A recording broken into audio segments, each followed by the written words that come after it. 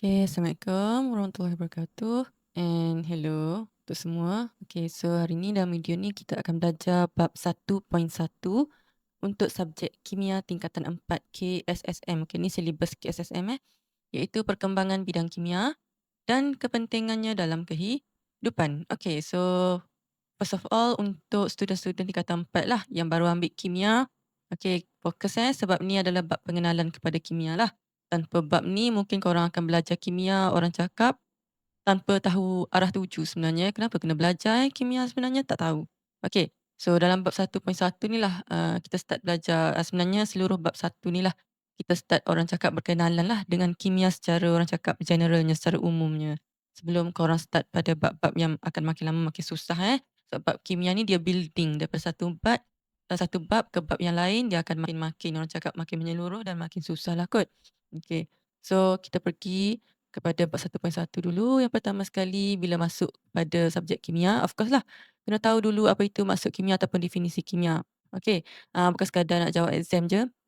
Sebab exam untuk student form 5 mungkin dia tak tanya dah kot maksud kimia, tapi kalau untuk student form 4 mungkin akan ada maksud lah kot maksud kimia. Okey, tapi kita niat belajar ni adalah untuk diri sendirilah Kenapa korang buang masa ke tak buang masa sebenarnya belajar kimia ni? Kena tahulah apa itu maksud kimia, tujuan korang belajar kimia. Okey, so pertama sekali maksud kimia saya baca dulu.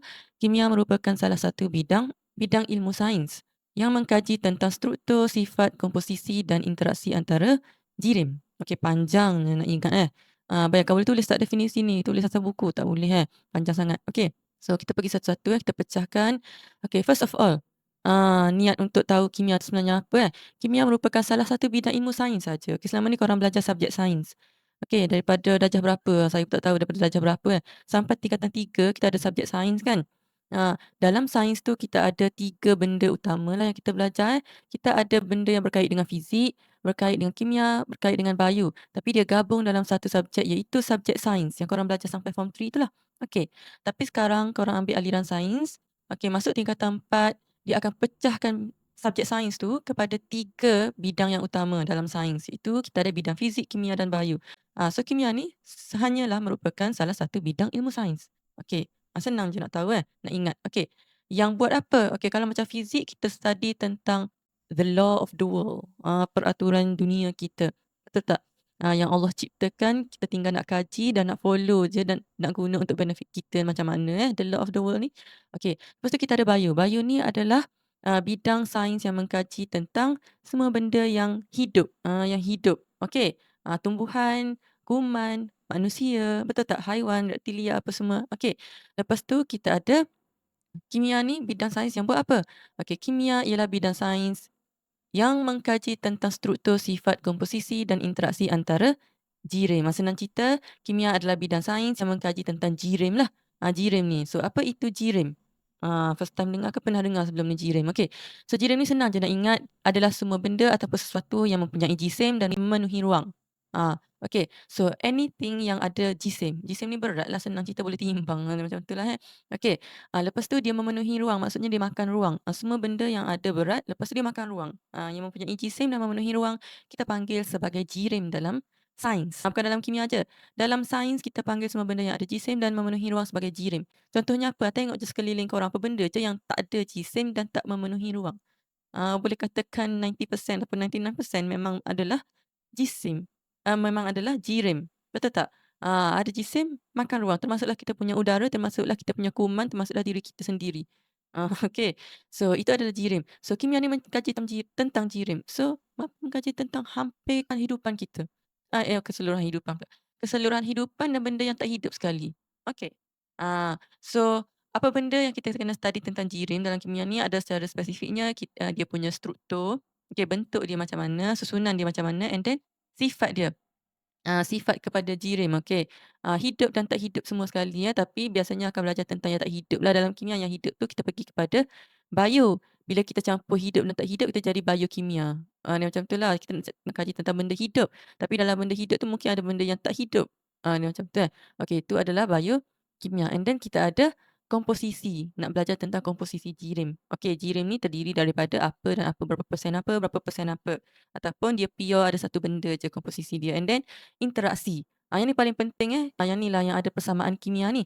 Bila satu jirim bertindak balas dengan jirim yang lain, dia jadi jirim apa pula? Satu tambah satu jadi, benda lain. Jirim satu tambah jirim yang kedua jadi jirim yang ketiga. Ini macam tu lah, itu interaksi antara jirim tu. Ini yang adalah benda yang kita akan belajar dalam kimia, bidang sains yang mengkaji tentang jirim. Okay, so, untuk for the sake of korang punya exam lah, ni, saya punya simple punya akronim sebab nak kena tulis maksud kimia, apa itu definisi kimia, soalan tanya. So kimia merupakan salah satu bidang ilmu sains yang mengkaji tentang SSKI jirim. Ni macam itulah simple je. SSKI ni saya ambil daripada struktur, sifat, komposisi dan interaksi. S struktur, S satu lagi sifat, K komposisi, I interaksi antara jirim.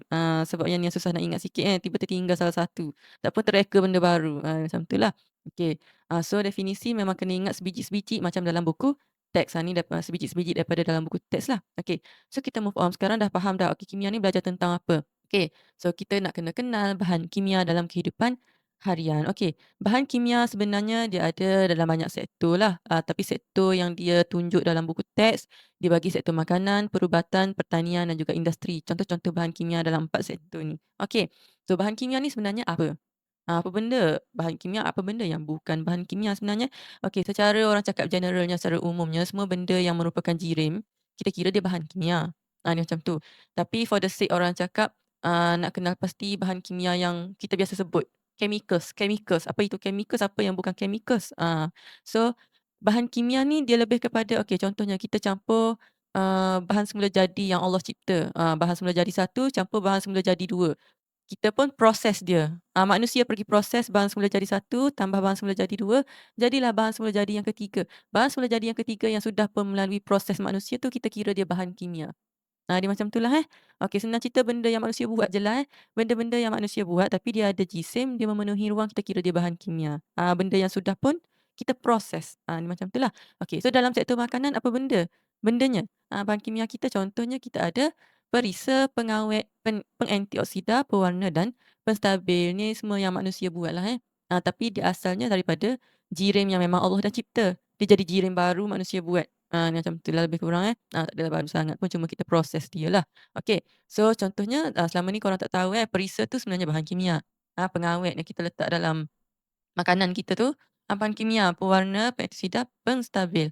And then dalam kita punya sektor perubatan, kita ada vitamin. Korang makan vitamin ni sebenarnya memanglah secara semula jadi dah ada dalam sayur dan buah korang. Okey, tapi tu kira bahan semula jadi. So kita pun, for the sake orang cakap, ayat manusia sekarang, kita tak panggil tu bahan kimia, kita panggil vitamin yang kita proses tu bahan kimia. Yang korang beli dekat farmasi tu, tu bahan kimia. Okey, and then kita ada antibiotik biasa pergi ambil dekat klinik untuk bunuh bakteria And then kita ada kemoterapi, antiseptik, analgesik ni mungkin korang belajar lebih spesifik dalam subjek bio lah, apa benda semua benda ni. Lepas tu analgesik ni, analgesik lah kot perkataan yang korang tak familiar sangat, mungkin dia adalah ubat tahan sakit. So ini adalah bahan kimia ubat semua bahan kimia, tak kira dalam ubat apa pun, sebab manusia yang buat. Okey, lepas tu kita ada dalam sektor pertanian, kita ada fungisid, herbisid, baja, pestisid dan juga hormon. Okey, so hormon korang tahulah dalam, bidang pertanian kenapa kita inject dalam kita punya biasanya dalam buah lah, kita nak suruh dia cepat, besar, cepat bertumbuh, kita inject hormon tu adalah bahan kimia kita buat sendiri. Okey, manusia reka sendiri hormon baru macam tu lah kita proses dia. And then kita ada fungisid, herbisid, pestisид ni semua racun lah racun yang kita sembur dekat pertumbuhan kita. Fungisid untuk, buang apa ni, untuk halang pertumbuhan fungi kita ataupun fungi korang sebut, saya tak tahu ada bahasa Melayu ni fungi tak tahulah. Okey, fungisid, untuk halang pertumbuhan fungi. And then herbicide untuk halang ataupun cakap bunuh lah macam rumput ke apa, tumbuhan lain selain daripada, yang kita tanam tu. Okey, kita nak halang sebab takut dia bersaing lah, bersaing makanan ke, bersaing udara ke dengan pokok-pokok yang kita tanam tu, kita nak kena bunuh lah rumput apa semua tu. Okey, lepas tu pestisid ni untuk haiwan perosak lah, racun untuk bunuh haiwan perosak. Okey, and then baja korang tahulah baja kenapa kena letak dekat tumbuhan tu. Okey, ini semua adalah bahan kimia. Okey, and then dalam bidang industri kita bidang perkilangan dan semua keluar daripada kilang kalau ikutkan semua tapi, secara spesifiknya bila kita sebut industri ni lebih kepada benda-benda yang orang cakap, bukan diberi kepada, benda hidup lah, tak ada kaitan dengan benda hidup. Okey, so kita ada cat, polimer, kaca, seramik, deterjen, pewarna, alloy. Ini benda-benda yang korang akan belajar lebih spesifik dalam tajuk kimia industri nanti. So kimia ada macam termasuklah kimia industri, korang akan belajar semua benda ni, terutamanya polimer dengan alloy lah, seramik sekali, okey. So ini adalah bahan kimia. So sekarang dah belajar kimia, korang kena tahulah, deterjen tu, sabun basuh yang korang buat basuh baju tu sebenarnya adalah bahan kimia. Okey, lepas tu kita ada kaca cermin korang tu sebenarnya bahan kimia, korang tak tahu kaca tu bahan kimia. Okey, lepas tu vitamin yang korang makan tu sebenarnya bahan kimia. Lepas tu racun mungkin korang tahulah kot memang bahan kimia, okey. And then pewarna yang letak dalam makanan tu adalah bahan kimia. So sekarang dah tahu, okey. So kita move on, dah berkenalan dengan bahan kimia. Kita kena ingat nak masuk exam ni. Okey, lepas tu perkembangan bidang kimia dan sumbangan teknologi kimia. Okey, mungkin boring sikitlah kot tajuk ni, tapi sebenarnya inilah yang puncanya kenapa korang kena belajar kimia. Kenapa kita kena buat silibus kimia, penat kerajaan buat silibus kimia, lepas tu korang kena belajar kimia lagi sampai universiti kalau ambil kimia. Sebab kita nak develop teknologi kimia. Itu memang sebab yang paling utamalah sebenarnya. Kena belajar kimia sebab kita hidup dalam zaman zaman teknologi. Ada teknologi fizik, teknologi bio, teknologi kimia. Sebenarnya teknologi lah. Okey. Contohnya teknologi kimia, dia berkembanglah bila sebut perkembangan bidang kimia sebab dia nak buat teknologi kimia. So teknologi kimia ni memberi sumbangan yang besar kepada kehidupan kita lah. So kita ada contoh, contohnya apa? Contohnya dalam bidang pengawetan makanan. Dulu kita awet guna garam dan gula je. Ni ada dalam buku kimia korang mungkin boring sikit contoh dia tapi kena fokus Okey, ni salah satu je contoh. Kita guna garam dan gula untuk awet makanan. Okey, so tak boleh awet melainkan menggunakan garam dan gula zaman dulu. Penat nak hidup zaman dulu. Okey. So lepas tu kita ada teknik pembekuan. Orang cakap, start eksport, orang cakap ais daripada kutub utara kita tu. Okey, ataupun kita kutub utara lah, tempat-tempat yang ada salji sebelum ni, dia ada orang cakap, industri ais. Dia jual ais. Macam tu mungkin dekat Malaysia tak ada lagi lah waktu tu sebab panas dekat Malaysia. So makanan diawet melalui pembekuan. Okey, sampai last kali kita cipta peti sejuk. Kita cipta seperti sejuk ni dah kira teknologi. So dekat Malaysia pun dah boleh guna waktu tu teknik pembekuan untuk awet makanan. So ini datangnya daripada teknologi. Okey, lepas tu kita ada zaman sekarang ni makanan diawet melalui nanoteknologi. Okey, apa benda nanoteknologi? Nanoteknologi ni teknologi lah. Sejenis teknologi. Teknologi ni ada banyak. Okey, so nanoteknologi secara spesifiknya teknologi yang kita buat pada skala nano. Teknologi untuk benda-benda yang bersaiz nano. Okey, senang korang nak imagine saiz nano ni besar mana. Korang kena ingat je kuman tu kuman virus, yang korang tak pernah nampak tu kuman bakteria dan juga virus tu dia duduk pada skala mikro, M-I-K-R-O, mikro sahaja. Okey, boleh tengok menggunakan mikroskop biasa. Nano ni kecil lagi daripada kita punya kuman bakteria kita tu, virus kita, virus COVID kita tu kecil lagi daripada tu nano korang bayang teknologi sekarang duduk pada skala yang lagi kecil daripada virus. Macam tu. Okey, so korang bayangkan salah satunya adalah penggunaan nano kapsul. Korang bayangkan kapsul, pernah nampak tak kapsul? Contohnya kapsul ubat yang korang makan tu, macam tu lah rupa bentuk dia. Tapi bukan besar tu. Kapsul ubat tu saiz dia saiz mikro, saiz makro, M-A-K-R-O, makro. Okey, tapi kalau nano kapsul, bayangkan benda yang sama kapsul tapi saiz dia nano. Saiz kecil lagi daripada virus kita tu.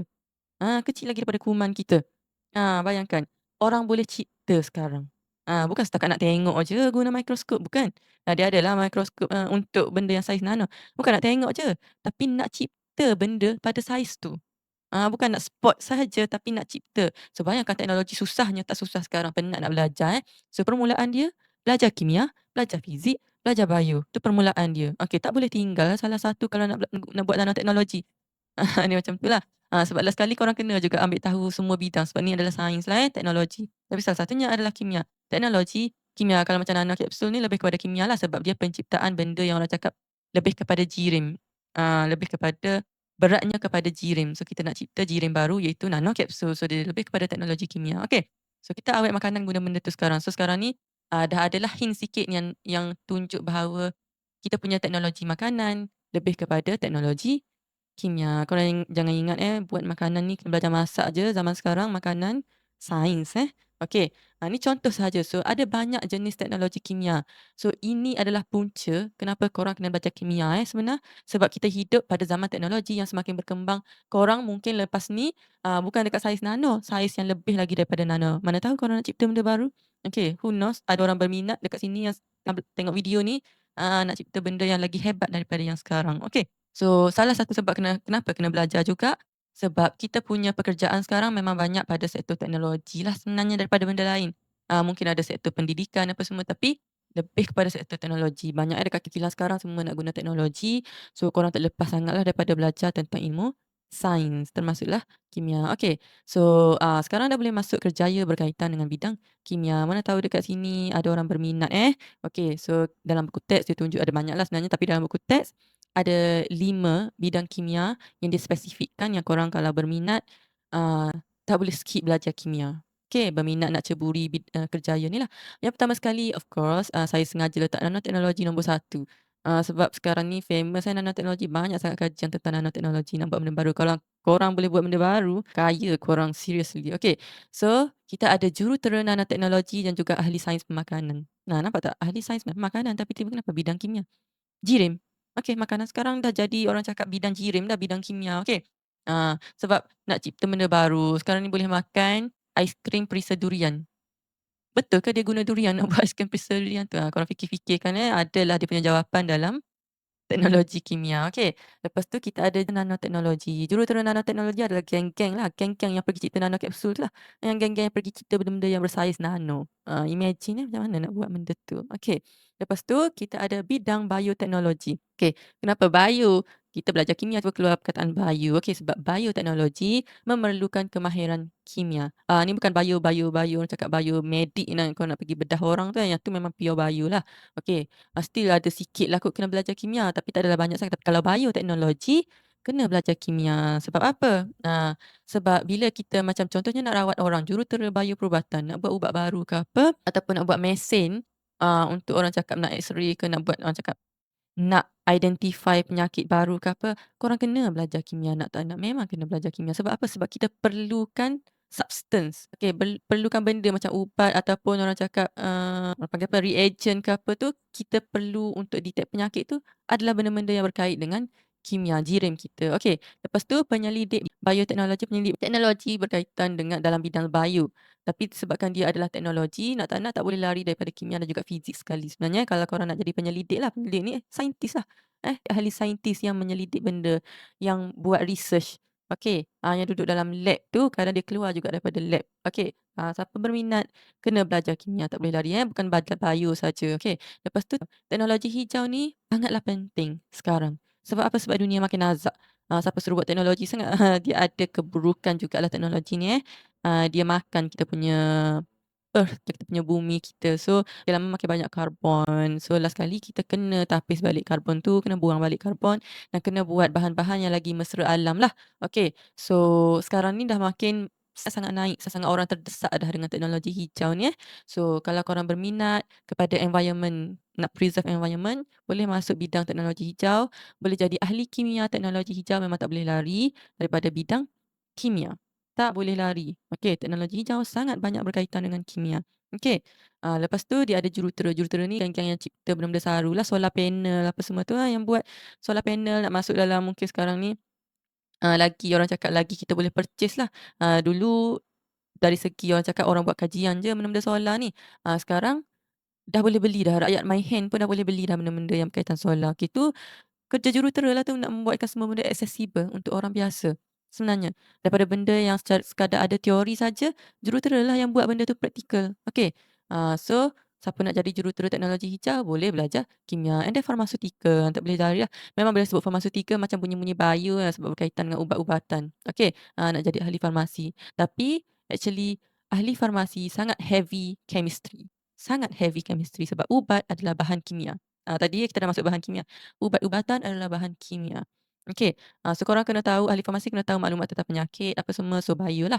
Tapi kena tahu maklumat tentang ubat, which is kimia. 50-50 kena belajar semua. And then nak jadi doktor, dia memanglah heavy bio lagi. Tapi doktor, kena tahu juga kimia. Sebab apa? Kalau korang tak belajar kimia, macam mana nak bagi ubat dekat orang? Kau tak tahu pun ubat tu function dia apa. Kau setakat tak tahu function, dia punya implication daripada ubat tu sendiri, dalam kimia kita belajar. Okey, and then nak jadi geng-geng yang duduk dekat bidang kosmetik. Siapa berminat nak kaya, ni saya nak tekankanlah, sebab banyak kita punya geng-geng kosmetik kita dekat Malaysia sendiri, mungkin sebenarnya orang cakap, guna pakar daripada luar jugalah orang cakap untuk bidang kosmetik ni. Tapi, nak tekankan korang kalau jadi ahli kosmetik, banyakkan ilmu pengetahuan, bukan sekadar orang cakap nak cari duit semata-mata, okey?